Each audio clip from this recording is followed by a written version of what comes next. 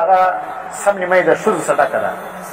نو سم نیمه نارینه دي، سم نیمه یې ښځې دي، بلکې بعضې خلک وایي ښځې چې کوم دي هغه تر نارینه اوس هم ډېرې دي. نو چې تر نیمه یې زیات معاشره د ښځو وي، هغه جاهل وي، هغه په علم باندې خبر نه وي، هغه د علم څخه لیرې ساتلی وي، نو به معاشره بیا څنګه سمه شي؟ نر چې هر څوک زرګ شي، نو کښنۍ د دې په لاس کې دی، کور د دې په لاس کې دی، پخېدل او پرېمځل او دا هر شی د دې په لاس کې دی.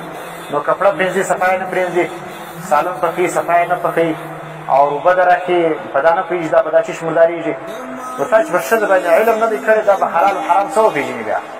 نو ځکه هغه کسان چې د ښځو د علم مخالفت کوي، دا چې کوم ځای کې دا غلط خبره ده.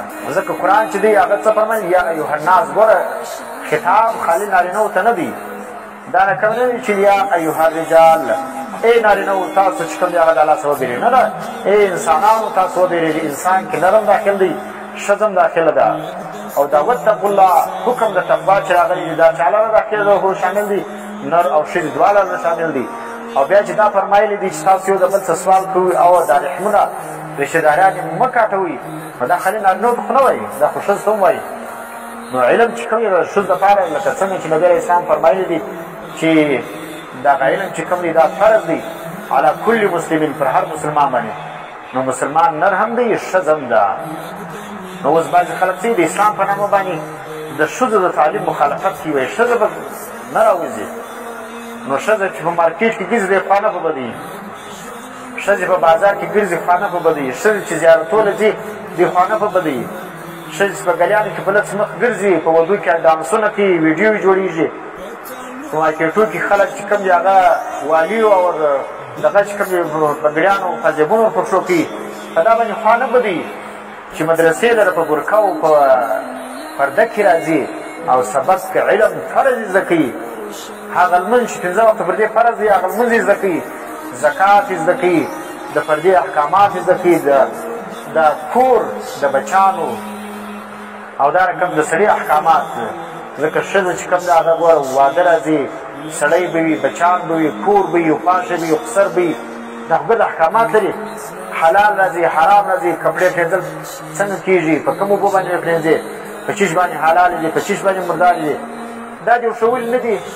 بیا دې لرګی پراخستی دا مردارې اوبه دي، دا دې په چیش پرېږدلي دي. دا اول لرګی د ده ور دی چې دا ډېر هواره ونیسې، د څټ یو 15 ګزه وپړسې. ستا په ښځو باندې تعلیم نه دی کړی، دلته حلال و حرام لازم غواړې.